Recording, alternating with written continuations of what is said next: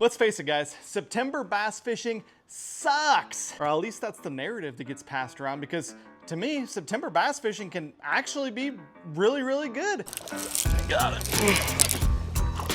Oh yeah, that's a better one.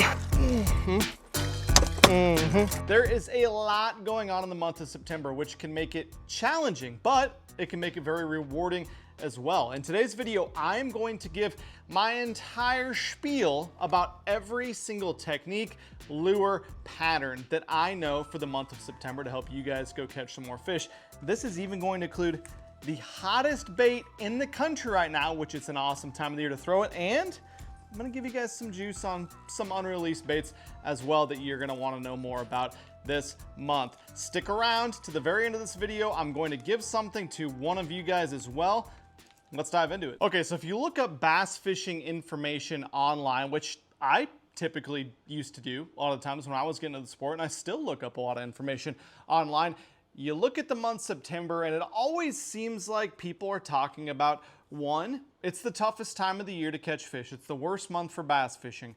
And two, it is a month with a T word you're gonna see over and over and over, and that is a month of transition. Now, I don't think I even necessarily agree with that. I think that's a huge lie a lot of times. But to me, transition would mean that it's going from one very specific type of water temperature, pattern, location that the fish are holding, and then we're transitioning to another situation. But I don't know about you guys, I got my air conditioning on outside my garage. It's 100 damn degrees down here in Houston. I just came from the upper Mississippi a week ago. It was like 90 degrees every day in practice there. And before that, we were up in Michigan and it was summer and hot as balls there too. So I don't know if the word transition is the right word necessarily, but the hardest time of the year to fish, that's possible for a lot of reasons. So let's talk about that. Why is it challenging? Why is it, considered the toughest time of the year for bass fishing by a lot of guys? And quite simply, I think that's because of a word that starts with the P, and that is pressure. This time of year, especially now more than ever, with all the people out fishing, with forward facing, with everyone that has all the information at their fingertips, able to go out and catch fish like this video, there are more people out today fishing that know how to catch them, and September is really the peak of all of that, because these fish have now seen baits. If you're in the south, they've seen them the entire year, especially into the spring, the spawn time, and then all the way into the summer months with tournaments and everything else going on, the bigger bodies of water. But even if you're up north, you have now maximized the peak feeding period, where the water is the warmest time of the year, where fish are eating the most if possible, and they've gorged down and seen every single bait that is even available on the market today. They've seen all of it, guys. And so to me, that is why this month can be very, very challenging. Now, add on top of that, we have some of the hottest water temperatures of the year. It has not cooled down in Texas. It has not cooled down about anywhere that I've seen. And what that means is there's going to be lower dissolved oxygen levels. That hot water has crept down, down, down. It's pushed that thermocline and it's pushed that cooler water down further and further. And cool water holds more oxygen. So that warmer water has decimated the oxygen levels. So not only have the fish seen every bait known to mankind, they've been gorging and feeding, and they've seen every presentation, and they've been, feeding in all different types of locations in the lake. They're tired, they're worn out, and now they have the stress of all of this oxygen being pulled out of the water. And on top of that, if you haven't had a lot of rain, if you're like a lot of the lakes in Texas right now, you're being drawn down. You're at some of the lowest levels of the year, getting into the fall before they even start the winter drawdown. The water's dropped and dropped and dropped. And so what that means, there's less water, it's hotter, there's less oxygen, they've seen more baits, they've gotten more pressure from fishermen.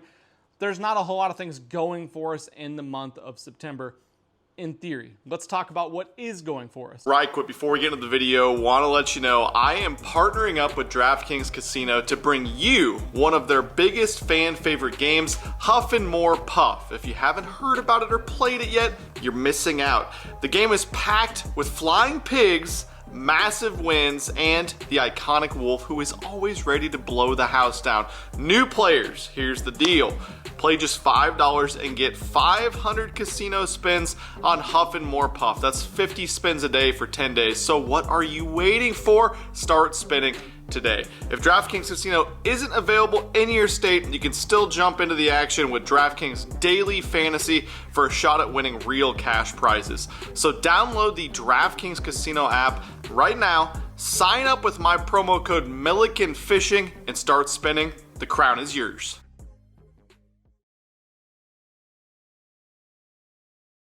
So lower oxygen concentrations means a couple things. One, we're going to have bait fish that are going to be experiencing that as well. And when bait fish experience that, a lot of times, especially shad, like to group up, they ball up really tight and they get really close to the surface. That has obviously an excellent feeding opportunity and a pattern we're going to go into. Another thing that represents when there's low oxygen levels, when there's dropping water, maybe one very specific place that fish go in the late summer period is way, way back in the creeks, especially creeks with flowing water, with shade, with, you know, any type of vegetation on the surface like duckweed. Perfect places to go catch fish, and they're congregated right there for us to catch. And maybe most importantly, number three, those fish are going to go into isolated cover, and they're gonna be kind of in an in-between period, an in-between depth range.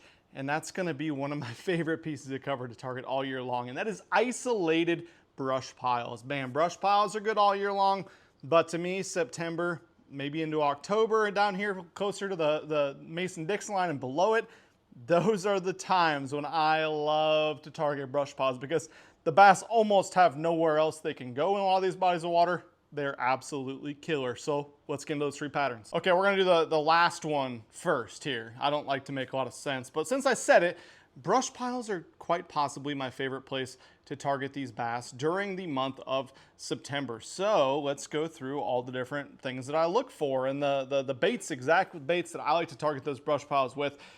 And that is, when I'm looking for brush piles in the month of September, I am typically not going to look for some of the deeper, 15+ foot brush piles. I like to rule pretty much all of that out because, as I said, the thermocline is going to creep up because the dissolved oxygen level is going to decrease. The water is going to be the hottest time of the year, and that's going to cause a lot of the brush piles in that shallower range, that 4 to 8 to 10 foot range, especially the ones that aren't quite topped out yet, sticking out of the water. Those are going to be absolutely money. And there's a lot of times if you only have brush piles that are visible outside of the water, they stick out of the water, then that's going to be good as well. This is the time of year where it's the biggest fish, a lot of them don't have a choice, but with that thermocline coming up, to be up shallow in shallow cover where you can freaking see them. You don't have to have forward-facing sonar. You don't got to have a $100,000 boat to go catch these fish. You can catch them from the bank. These little isolated brush piles, the more isolated, the better. I like smaller ones personally because, it's less places for them to hide. You can visualize how those fish are set up and ambushing whatever bait fish is going to come past it. But, really, any size brush pile can be fine. I prefer the ones that are more by themselves or isolated and the ones that are a little bit smaller. So, of course, we're going to look at those brush piles in highly productive areas. So a brush pile that is on a point, a secondary point. A lot of these man-made lakes, they have visible brush piles sticking out of the water. If that is, off the end of a jetty, then let's have it be the jetty that, is pointing a different direction than the rest of the jetties. If that is off of a seawall, then let's have it be the one that is, closest to the seawall or furthest from the seawall. Just anything that's a little bit different than all the ones around it is a representation in all of bass fishing of one that is going to be a little bit better and hold a little bit better quality fish generally. So how do I target these brush piles? Well, there's a lot of different ways to target the brush piles. My favorite one is probably going to be with a soft plastic lure. And if you're gonna use a soft plastic lure, you might as well use the hottest selling damn soft plastic in the country right now. I don't know how it's been done, but I did know the very first time I tried this bait like a year ago, it's a freaking winner. This trend of baits, these jig trailers, this bunny ear style trailers with the big flowy flappy wings, I saw that coming, a while ago. It was getting more and more popular in Japan. Now it's starting to get a little more popular in the United States. And then this ridge tail, this tail that we had on the ridge worm, looks very simple, doesn't do much, just has a lot of flow to it, has a lot of motion at rest. That was something when I saw this bait, I was like, that thing's gonna freaking slay, and it's in a nice giant size. This is the big size of 6.5. It's gonna catch giant bass. Now the good thing is we've also come out with other sizes as well. I think I have some of the other sizes in my little quick bodega box here. If I don't, forgive me. This looks like the smaller size. I've made up some bags too. Yeah, this is the medium size right here. So you guys can see that. This is gonna be a better jig trailer. It's gonna be a lot better all around size. This, 6.5 inch size, just a freaking monster, but this guy's gonna be a little bit better, like I said, on the back of a jig or, just a little bit more finesse situation. Then we have a little tiny one as well that you can Ned rig, you can drop shot. You can still throw on a little Texas rig too, but it's versatile and it's a good smallmouth catcher too, as we found out up north. But bodega, 6 cents bodega. My favorite way to rig this thing probably is on a free rig. So I'll leave that open loop, that 6 cents drop shot weight. I like a bigger one, a 1/2 ounce size. Just leave an open loop on the line. You put a 5/0 hook in this guy right here and get to work. Throw it in the thickest, nastiest, most disgusting stuff that you've ever seen. And this guy's gonna freaking bring out something that hopefully looks even nastier and bigger and more disgusting than that bait right there, because that's a big bastard. And man, there's a reason this thing is hard to get. We got them stocked up in Texas now in 6 cents on 6 cents fishing. I'll link it down below. Of course, use code MF10. You might as well save some coin while you're over there. But this bait has become a favorite around the country. We pour it in the United States and Texas. Everyone's talking about tariffs and support the U.S. and stuff. We're one of the only mom and pop tackle shops and companies that still has an emphasis and is able to make their baits in the United States. So that's just something, if that's something you're into, if you like to support United States, Texas, USA products, that's gonna be a great way to do that. Same with the next few baits I'm gonna show you. I'm gonna put this in here really nicely like that, so it's a future problem for future Ben. A couple other baits I like to throw into those piles are these guys right here. The aforementioned, made in the USA, 6 cents ridge worm, which also has that same ridge tail that we just talked about as the bodega. Same type of tail. Bodega is a little bit wider. This guy also, Texas rig, free rig, absolutely fantastic if they want a bigger profile. And then we got this new Magbusa, also from 6 cents. And this guy's got me really excited. I haven't been on a damn big worm bite this year because I've been up north the whole year. And it just really, I've been in super clean water for smallmouth and spotted bass and stuff. It's not really big worm type stuff.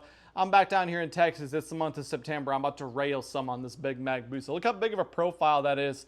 Yet it's kind of oblong. It's got these ridges on it, man. Ribbed baits get bit like freaking crazy. I cannot wait to throw this thing around.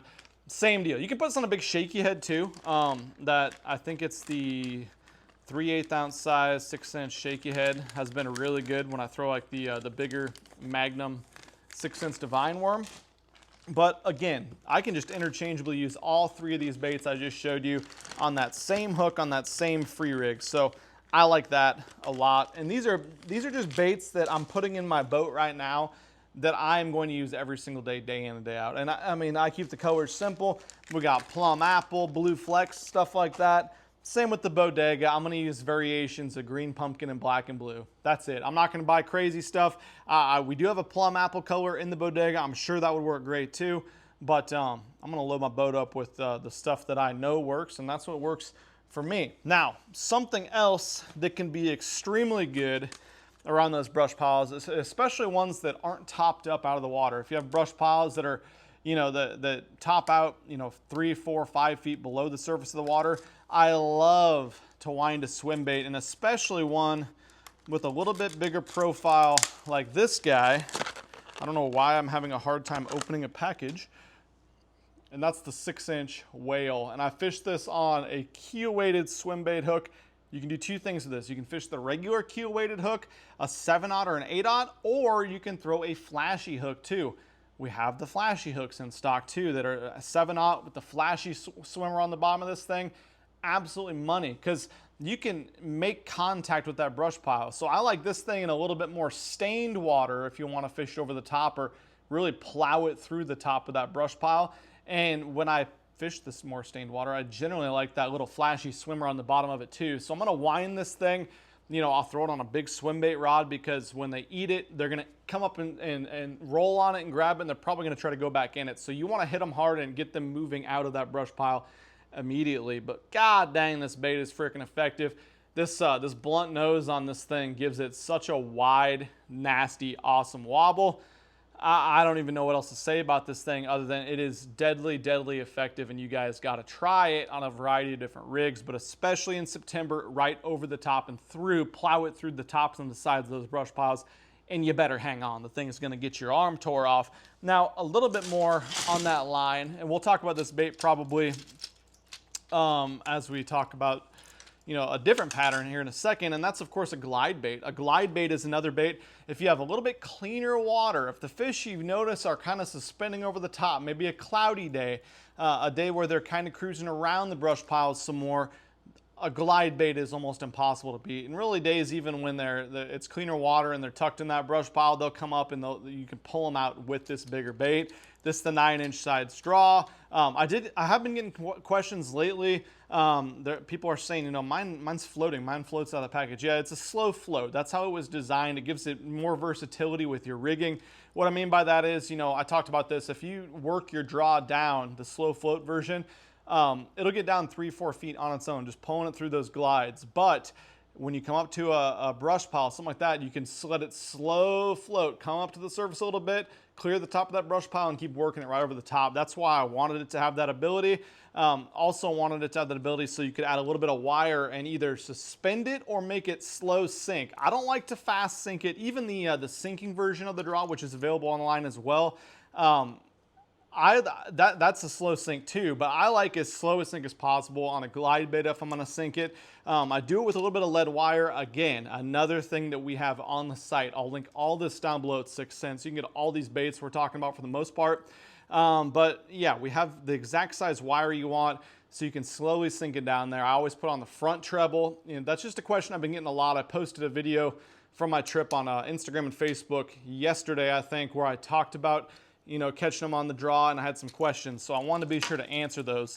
Also, with that, I use a 7.9 extra heavy, my Milliken. It's my new Milliken series, but this model, this blank, I know a lot of guys have been asking me again where it has gone on the 6 Cents site. We're sold out of them, but we're coming out with one in the new Milliken rods, which I've kind of teased a little bit. I haven't announced them completely, but a couple different rod series, a couple new Milliken rod series that you've seen me catch fish on all year. I've been testing them for a long time. We got them dialed in, and we're just working on getting them out to you guys. So we'll have those soon. 25-pound fluorocarbon, always on the big glide baits. And that guy's going to get, again, your damn arm torn off. Now, one more bait with brush pile fishing before we move on that you guys have to have in your arsenal, not just for brush piles, but for a lot of the shallow cover and the next type of pattern we're going to talk about as well, is this guy right here that we're going to talk about. And that is a brand new bait that just came out, and it's called the Sketch. Look at that. We got morning dawn colors. We got solid black. We got all different types of natural green pumpkin style colors and variations. And what this bait is right here is just a great place. We felt it was a hole in people's arsenal where a lot of people fish a drop shot, of course. And that's what I'm talking about here, is a drop shot style bait. But guys fish either a straight tail worm, like a robo worm, or they're fishing something that's a little bit more of a shad style profile, whether that be a party minnow, a jackal, like a crosstail shad, a flatworm, stuff like that, something shorter, more compact. This is kind of a hybrid and in the middle, unlike those baits. And if you look at it close there, I can't hardly hold it still because it's so soft and it's just perfect for drop shotting.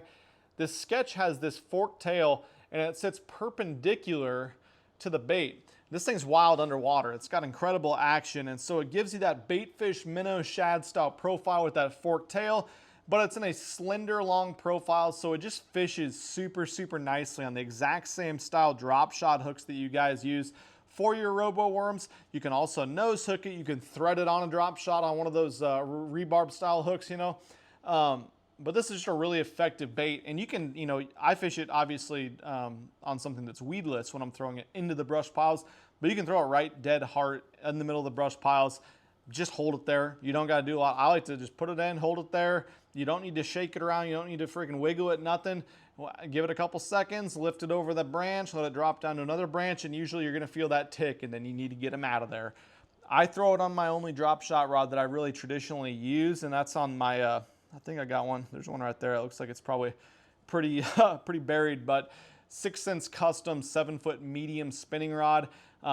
It's just a super parabolic rod, but it's actually got quite a bit of power, and you can really pull on these fish without having to break your line or worry about that. 10-pound braided line to like a 10 or 12-pound leader even, because you got to get those fish moved out of that brush pile. They can fray your line. You just don't want to give them a lot of chance on that. But that's how I fish this sketch. Usually I'm throwing in these shallower brush piles, a 1/4 or even 1/8 ounce size weight on my drop shot, which doesn't seem very popular these days, but those lighter weights can help you get in and out of that cover when you're fishing heavier cover. Even shallow grass helps you get in there and pull it out and not get snagged constantly. But get these baits, just try a few packs out. This is just a different genre of bait than anyone has in their lineup right now, I think. And it's something we're excited about. We've caught a lot of fish on it. We did a bunch of filming with it when we were up in smallmouth country at St. Clair. The big smallmouth were eating it really well, but I also see it as being a really good largemouth bait all year long when you're in finesse situations. So the tougher it gets, the better that gets. All right, let's talk about the second type. Again, let's just keep going backwards. And the second type of pattern that I look for in September is going to be when the lake gets drawn down, it gets really hot, and the fish are specifically looking for either shallow cover, or they're looking for shallow cover that's around some cooler water. And so look at your lake map, find your body of water, even if it is a really, really small body of water, if it's a little man-made dammed off lake. This is what I love to do in Nebraska when I lived there in Iowa. Is even on these little tiny bodies of water, you can get back as far as you possibly want to on the creek that pours into your lake. And the last deep water, I'm talking the last place, some places that might only be 3 feet of water, some places it might be like 8 to 10 feet of water, but the last little pool and stretch of that creek that has a little bit deeper water, you're gonna notice, especially the creeks that have a little bit cooler water. You wanna find cooler water, and a lot of times that's not necessarily because of moving water, although moving water and current is a very good thing. That's something you should look for, but a lot of times that's just because it's more shaded back there, or the top of the water is covered with a layer of duckweed.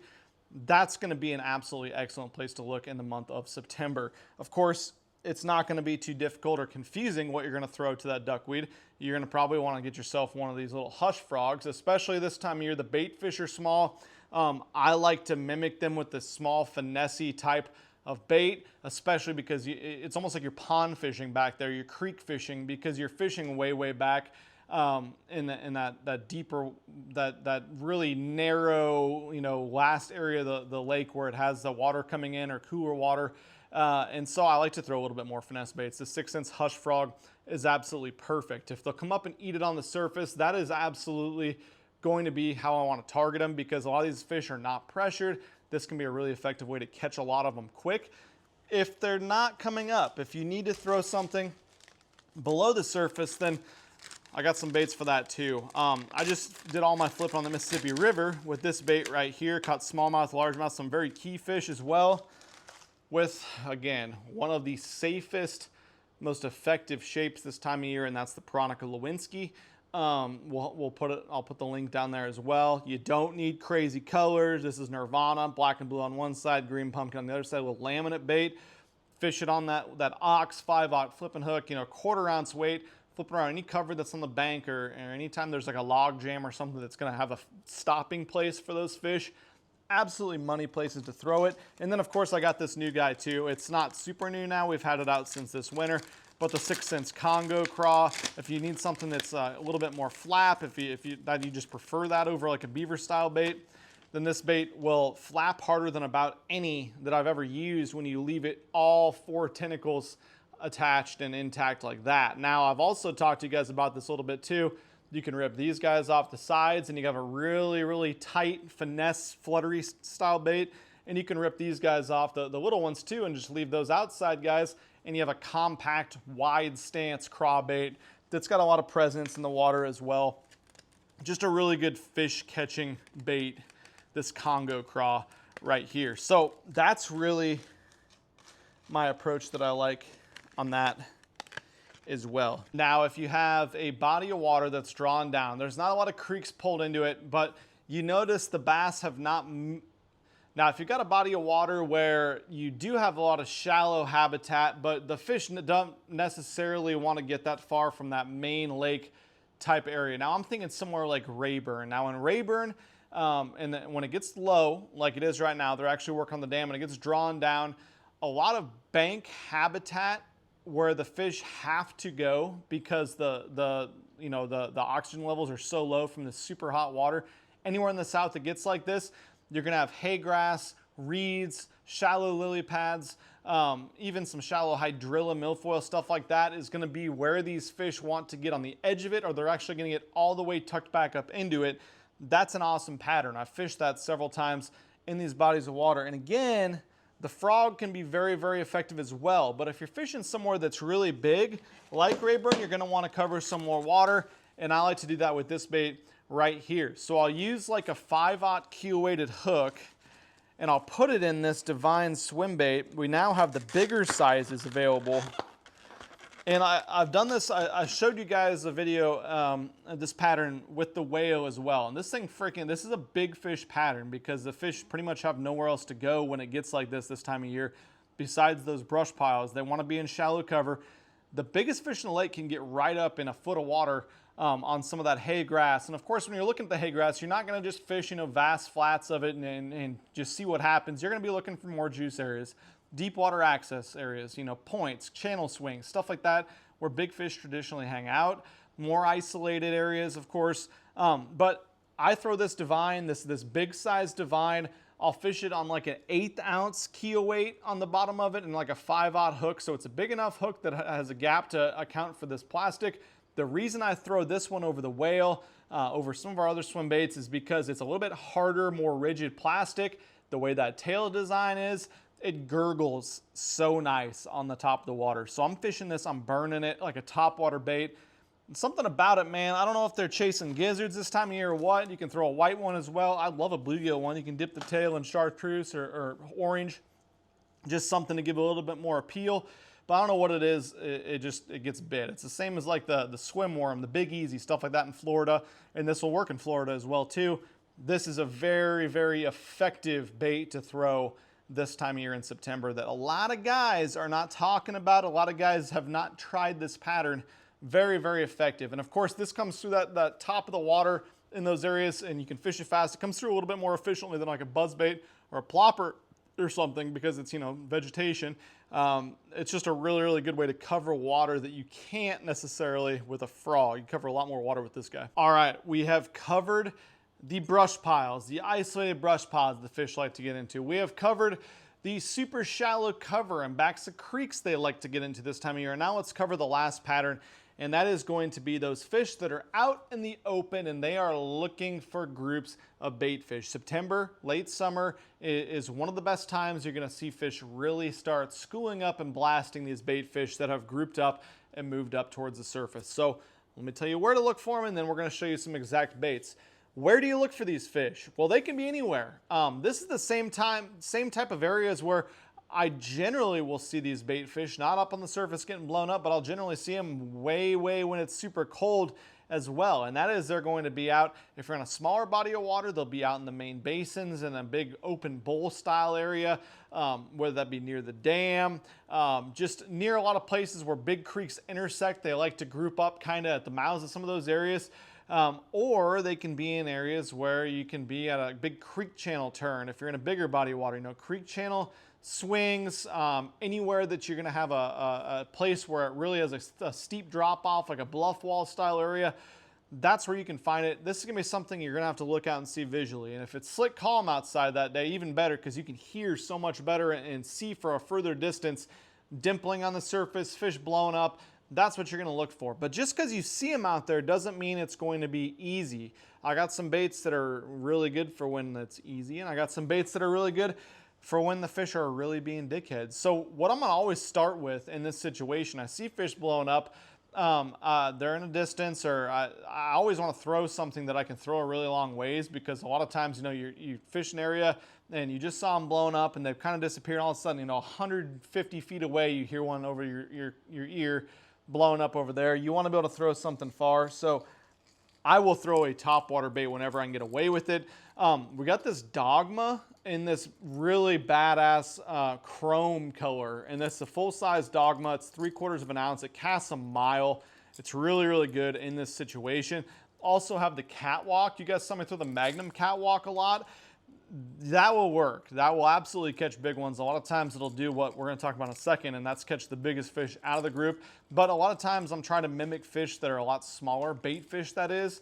This time of year, a lot of those shad are that 2-inch size. They're really small. They hatched in, May or June, and they haven't grown that big yet. And so early fall, they're going to be a lot of smaller size threadfin and gizzard shad. So those are really good imitators. This one's going to throw a little bit more water, a little bit more aggressive. The Catwalk, sits very, very horizontal in the water. It's got a lot more of a knock sound to it than the rattle noise that comes out of this Dogma. Both are good options. I kind of use them interchangeably. When things get a little bit tougher, I've got some different methods I like to use to catch them. This one right here is a way that you can catch giant ones, and I got a little screw lock in there if you guys remember that from fishing up north. But this is the speed wake. You can speed it up, and this is a straight wind. It's just a wake style bait. It's a lot more subtle than a topwater bait. Sometimes that can be all it takes to make the fish eat. This guy right here is my schooling fish chasing bait machine catcher, and that is the Juggle from 6th Sense. It's been a schooling fish catcher. I've used this thing religiously since I moved down to Texas. And the thing I like about it is I can carry 4 or 5 packs of them, and I can rig this thing like 6 different ways and catch fish on it. Sometimes the fish want that jig head in it, and it's awesome for that. You can fish it on a heavy jig head, blast it through those bait fish. If there's, bigger bass down below them, you can see them on forward facing maybe. That's a great way to catch a good one. You can fish on a really light head and get a lot of roll out of it and fish it up by the surface. You can throw it on that Shindo rig where you actually take a screw lock and put it in there, and a little weight, put a nail weight in the bottom of it, and you can nose hook it. You can rip this thing and snap it and move it around a lot. You can fish it weightless. You can fish on a drop shot. You can do anything you want with this bait. You can throw, that's just ways to fish around schooling fish, but of course you can throw it on the back of a chatterbait, a swim jig.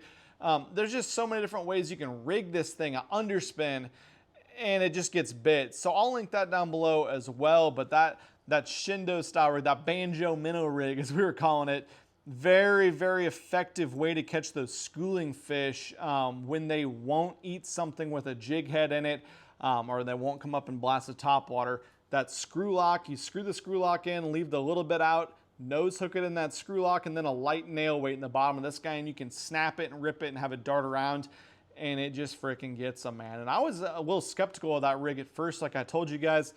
By nose hooking it, you got the hook up here, and so I was like, that's going to get short striked a lot. It's not going to have good hookup ratio. It's almost, I think, a better hookup ratio. I think they get it even better than they would have previously. So, man, check it out. Go get some of these. And, worst case scenario, you can use them all year long. There is no worst case scenario with the Juggle. That might be my favorite bait that 6th Sense makes right there. Absolutely gets crushed. Now, I told you guys I was going to show you another new bait that we're going to come out with here. I just texted Casey. He said November-ish release for this bait right here.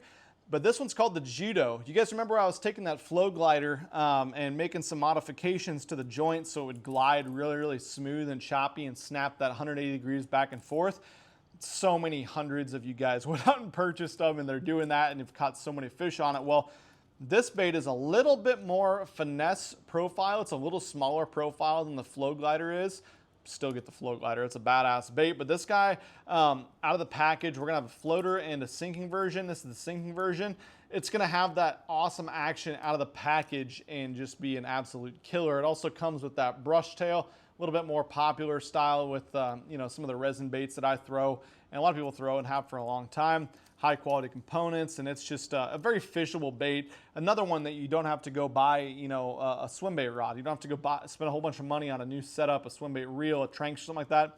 You can throw this on your jig rod, a crankbait rod, a topwater rod, and it absolutely is going to slay. It's not going to be as effective for catching 10 pounders as a draw or a 10 or 12 inch glide bait, but it's going to be such a good fish catcher for so many people and a lot of tournament guys as well.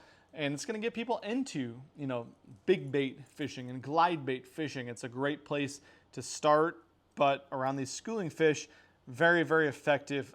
I'm about to go do this next week. I need to get out and fish some of these lakes where I know they get up and they school on them bait fish this time of year. That's my favorite way to catch them, because you can get the biggest fish in the group to come up and eat a little bit bigger bait than your traditional topwaters that juggle, the finesse style presentation. So I'm looking forward to that as well. Let's get it. Well, there you have it. Those are my 3 main places to look and how to catch them during the month of September. I give you guys a lot of information, a lot of baits to go check out. Check them out. I'm not going to bullshit you guys ever. You will catch fish if you use these techniques. And if you don't, if you have any questions about any of it, comment down below. I'll help you out all that I freaking can. Like I said, stick around to the end. I'm going to give some stuff away. So thanks to you guys who have. Why don't I send a couple of these judos out to one of you MFers? Comment down below, share this video, and hit the thumbs up. I want you to comment your favorite September bait. And then if you're a subscriber, I will check the comment section. I'll pick out a comment. And then the next video, check the description. I'll put whoever won a pack of these little judos, this new chopping style glide bait, and send it out to you guys. In the coming days, I think I'm going to make some more content like this in the garage. So if you have any ideas for videos you want to see, tip videos, I think I'm going to film a rod video to talk about some of the rods that you guys need to have in your arsenal, or really the only rods you need to have in your arsenal if you're on a limited budget. But I'm always open to suggestions if you guys want to know more. Thank you for sticking along. It's been kind of a long video, but September can be kind of a tough month. Hopefully I've shared some stuff that'll help you guys out. All right, I'm out of here. Peace. I'm sorry, I can't help